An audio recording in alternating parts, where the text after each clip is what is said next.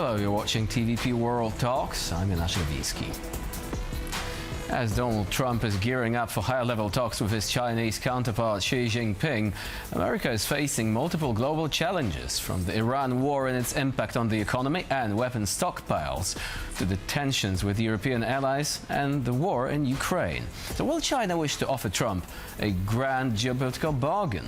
Can Russia, a declining power, act as a disruptor in the near future to prove it still matters in the game of great global powers? Joining us here today is Velina Tchakarova, founder of the FACE Geopolitical Consultancy. Hello and welcome to TVP World. Hello and thank you for the invitation. So what do you expect from the meeting between Trump and Xi Jinping? What do you think is going to happen once the talks begin and once we actually know what the overall concept of each of these two leaders for global order actually is? If we do, of course. Well, I think that the summit between United States and China in Beijing is probably the most important geopolitical event for 2026, as the world is on the brink of what I call global system rupture, which is the greatest systemic risk-driven global crisis due to the closure of Hormuz and the destruction of energy infrastructure. There are only two systemic players right now that can actually prevent the worst. I mean, of course, the worst in this case will be an ongoing global recession, inflation throughout the world. You get the picture. We had it already with Russia's war on Ukraine, with COVID, and with the great financial crisis.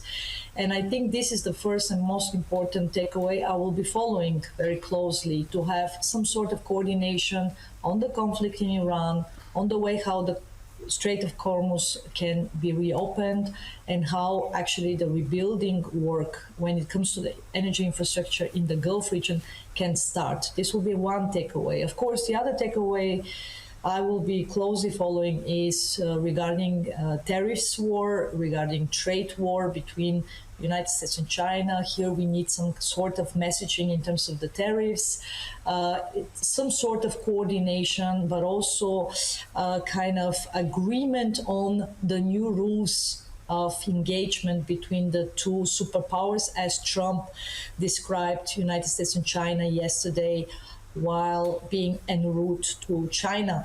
Of course, there are deals that are expected. We should not, and we don't have the time right now to go into detail. Trump is accompanied by heavy delegation from the business world, from big tech. The expectation is to also conclude concrete deals. There are so many points of intersection between these two powers, but as I said, right now, what we really need to hear is what kind of coordination work will happen in the world of geopolitics, because the whole world is currently suffering due to the repercussions from the war in Iran, due to also sustained and systematic support by China for the Russian war effort. These two proxy wars are now more or less merged into one and same biggest systemic risk, as I explained. And I think that if we don't get this kind of messaging, well, we might not have other opportunities for this year. And final point, of course, China will be looking also for some sort of narration coming from Trump when it comes to Taiwan, but I do not expect that Taiwan will be really very big on the agenda, at least not in the public space. Speaking of the public space, do you think there is a risk that we will not hear everything that will be said during that meeting? Because I actually mentioned that in the first question. What are they going to say if they do? Do you think there is a risk there is going to be some sort of grand bargain made behind the scenes, and we will only be catching glimpses of that, but not the full picture? Do you think that Trump is going to propose something to China, or the other way around perhaps? And will they agree upon something that could be a threat to smaller players who will find themselves devoid of agency in that case? Well, let me start with the end of your question. What about the smaller players? What about the middle powers? We are already living in a new world order, whether we like it or not. Prime Minister of Canada described it as rupture. Most of the middle powers are currently struggling to navigate between United States and China. But the matter of fact is that United States and China are already shaping this new world order in terms of two parallel architectures with their supply chains, with their networks, with their partners, with their organizations. This is a new reality. This is what I describe as New Cold War 2.0. And right now, the gray zone in between, this is literally a gray zone for warfare, for example, hybrid warfare, as we are witnessing on the old continent, but also in other parts of the world, meanwhile, when it comes to the global influence of China and United States. So, of course, there will be a bear game, and of course, not everything that will be discussed between these two superpowers will be made public. That's certainly going to be the case. I expect, however, that some sort of messaging and coordination finally need to take place when it comes to managing this systemic confrontation. The systemic confrontation cannot go to full extent because it will put the global economy into disarray. It's already happening. Let me be very clear that in the second half of this year, we will witness the greatest tsunami in terms of ramifications from the supply shock that happened after 28 actually of February because of the closure of Hormuz. And this is something that United States cannot tackle on its own. It needs some sort of coordination coming from China, but China will, of course, bargain when it comes to Indo-Pacific realities. Think of the relationship with neighbor states, with Japan, for example, but also when it comes to Taiwan. So in that sense, the bargain will happen, but at least what must happen publicly is the managed confrontation narration that there will be some sort of engagement, because the decoupling, the disentanglement between these two superpowers will break the global system right now. And so let's address the flashpoints, because we're slowly running out of time. First of all, Taiwan. Do you think that as a result of such a bargain, Taiwan will be thrown under the bus? Could America even afford this, given the chip production taking place there?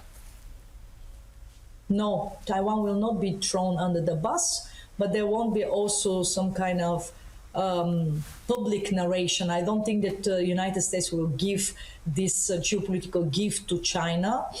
At the same time, you need to also keep in mind that China is currently not inclined into conducting a military attack on Taiwan. So again, here it's more about the exposure, it's about the messaging, it's about the projection of power through hybrid means that China expects, that there is a confirmation of the one China policy, and that there is a confirmation of the Chinese interest in this concrete domain. So this is, of course, the big debate about influence spheres and between United States, China, and to a certain extent also Russia, because Russia is, as we've been discussing this on your show, the partner and the strategic ally of China. So it's not. Speaking of Russia, because that's the second flashpoint, right? The Swedish Supreme Commander Mikhail Kleson recently warned that Russia could try some sort of hybrid attack on NATO because the window of opportunity could be now.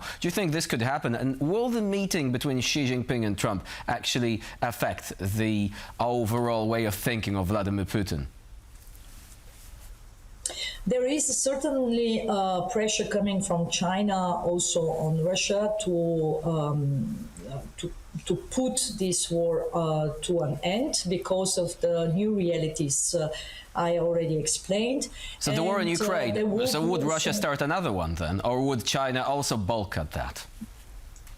I think that we are already in a full-fledged hybrid warfare conducted by Russia in Europe. I don't see any. I don't see any further metrics but we are in the hybrid warfare, full-fledged hybrid warfare par excellence. If you take the playbook from NATO from the first Cold War, you will get actually all of the dimensions of hybrid warfare. It's already happening. Now, I think that your question refers mostly to the kinetic part, which would be some sort of military attack, let's say, on a NATO country in Europe. And or a small island on the Baltic Sea. This is the example that was given by the Swedish commander.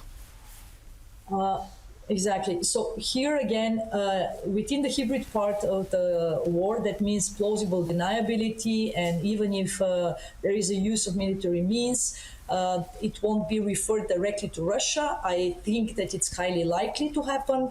But when it comes to actually military attack, that means that it's no longer possible to deny the Russian state actors' participation. I think that this is highly unlikely in the current environment and in the current scenario, because it doesn't bring further bonus points to the Russian interests. So for the moment, Russia doesn't see a strong interest in activating a strong participation on behalf of European NATO states in kind of triggering cascading effects of decision making, where a group of European NATO states comes to the rescue or is suddenly very active in helping the attacked country. Russia doesn't want this to happen. So in that sense, I think that it's a hybrid response to your question, in a sense that, yes, the incentive to conduct such operations on behalf of Russia is very high and will remain very high, but it will remain under the threshold of a direct kinetic confrontation, direct military conflict between Russia and the European NATO states. Velina Tchakarova was our guest today here on TVP World. Thank you very much for joining us and for sharing your insight. Thank you very much. And I'm Jonasz Rewiński. You're watching TVP World. Please do stay with us.